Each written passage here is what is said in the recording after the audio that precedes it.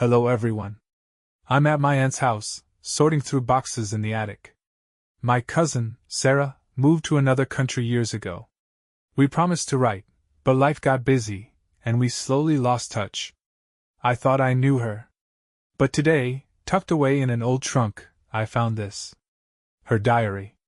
As I open it, I realize the happy, cheerful person I thought I knew had a secret life full of pain. This is her story in her own words. A story she never told anyone. Let's listen. Dear diary, I put on a smile for everyone today. But inside I am breaking. No one knows the real me. No one knows how lonely I feel in this crowded house. I met a man. His name is Leo. He's an artist. He sees the world differently. He sees me differently. He asked what I was thinking about. No one ever asks me that. We talked for hours in the park. I told him my dreams of being a writer. He didn't laugh. He said, "You have a beautiful soul. I think I'm falling in love. But I am so afraid."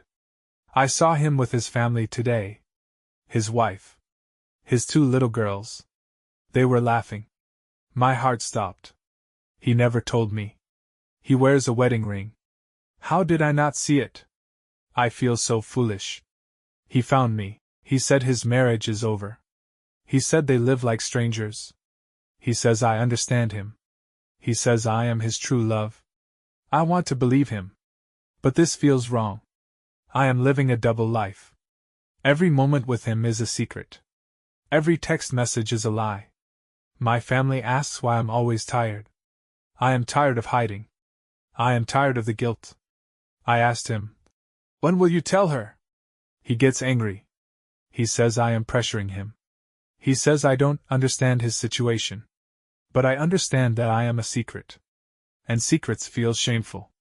It's over. He ended it. He said his wife is pregnant. He said he has to try for his family. He said, "Please don't make this harder than it is." I was a chapter in his life. But he is the whole story of my pain. The pain is physical. It hurts to breathe. I see his face everywhere. I hear his voice in my dreams. I loved a man who didn't exist. I loved a lie. I have to get away. I applied for a job abroad. I need a new beginning. I need to be somewhere with no memories of him. My application was accepted. I'm moving to New Zealand. It's so far away. It's perfect. When I told my family, they were so excited for my new opportunity. They have no idea I'm running away from my broken heart. I am packing my life into boxes. It feels like I'm packing away the old me. The naive me. The hurt me. I am leaving her behind in this diary. I am closing this book. I am at the airport. This is my last entry. I am scared. But I am also hopeful. For the first time in a long time, I am choosing myself. I am choosing my future. I will build a life I am proud of. A true life. An honest life. Those words are so powerful.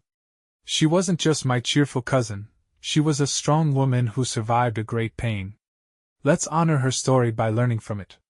Here are some key words she used. First, to lose touch. This means to stop communicating with someone over time. Next, lonely. This is a feeling of sadness because you are alone or lack connection. It's possible to feel lonely even with people around you. Then, guilt. This is the feeling of having done something wrong. She felt guilt because of the secret relationship. Another important word, double life. This means a life in which you are hiding a big part of yourself or your activities from people. We also have, to pressure. This means to try and make someone do something by using persuasion or force. Finally, hopeful. This is a feeling of optimism and expectation for a positive future. Despite her pain, she ended her diary feeling hopeful. Her story teaches us that people are often fighting silent battles we know nothing about. It's a lesson in empathy, in resilience, and in the courage it takes to choose yourself and start again.